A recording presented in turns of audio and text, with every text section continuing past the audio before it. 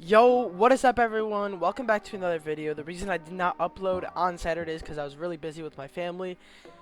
So I appreciate you guys' patience. Drop a like and subscribe if you haven't already. This is video 2 out of 10. Video 1 out of 10 will be in the description down below, as well as my Twitter and my Twitch. Make sure you go follow those.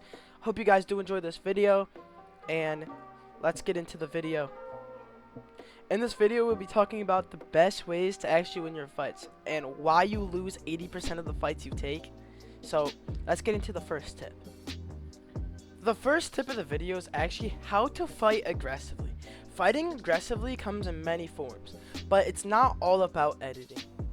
The first thing when taking into consideration on how to actually fight aggressively, it's not about you clipping the person and making you look good.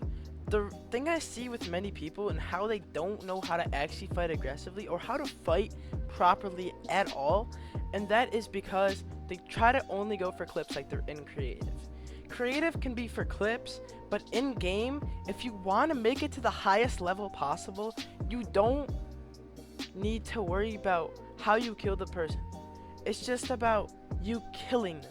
Focus on killing them and not how you killed them, because the more you focus on how you killed them, the worse you're going to be in game and the better you're going to be in creative. And I know a lot of you are watching this because you lose a lot of in-game fights, but you win a lot of creative fights. So keep that in mind. Don't go for clips a lot and take your time in every fight. Tip number 2 is very helpful when you're being the aggressive one. How to fight your opponent when they're playing defensive.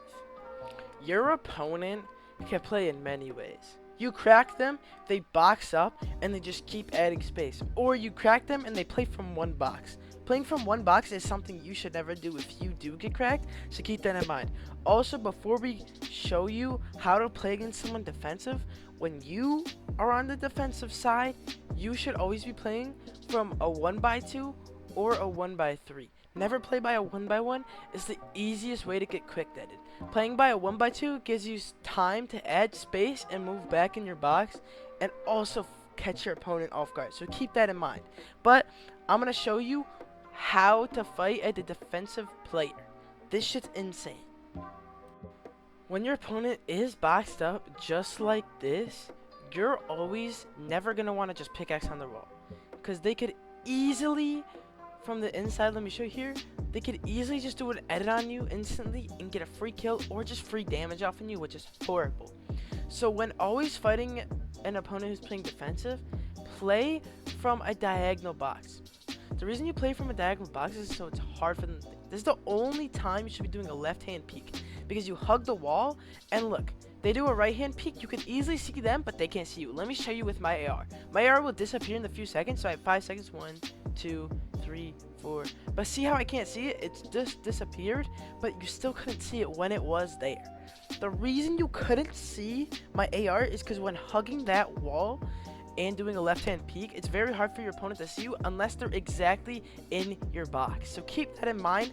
Play from a diagonal box and you do a left hand peek while hugging the left wall so your opponent can't see you. You'll easily see through your opponent's right hand peek and get free damage off of them, but they can't get any damage off on you, because where really are you? You're not there for them, but you're there for yourself. Keep this in mind when fighting a defensive player.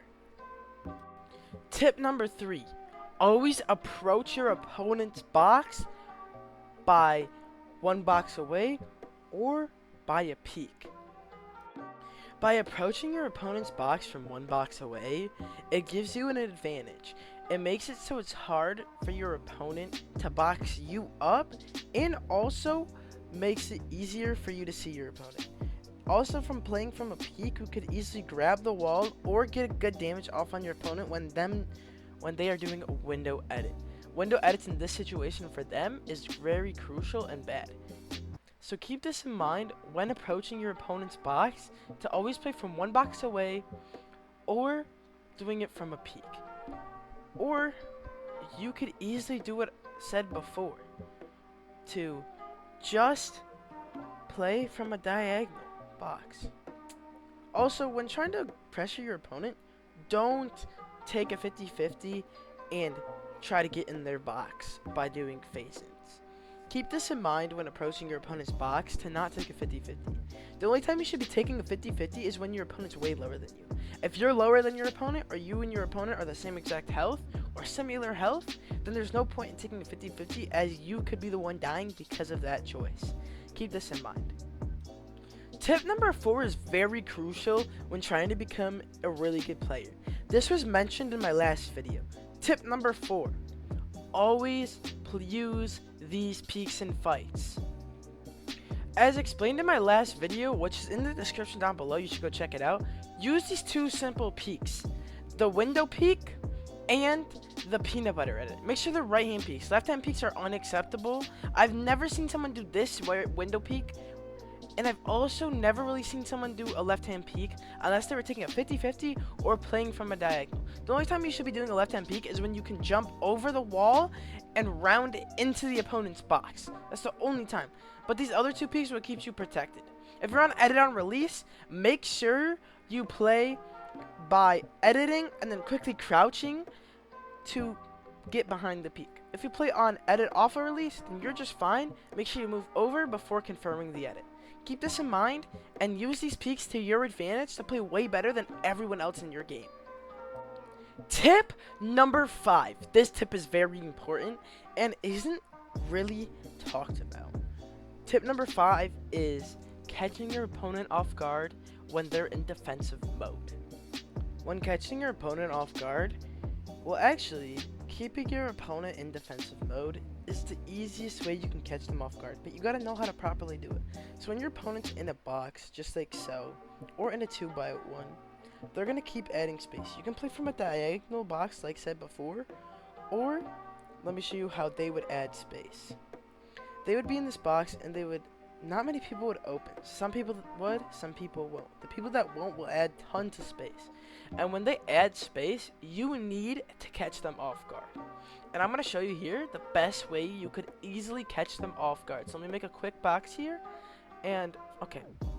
So, you could pickaxe the wall once, and then go to one of the walls, and just add a box. Just keep adding pre-pieces around their box, and try to catch them in one of the pre-pieces. Also, keep this in mind.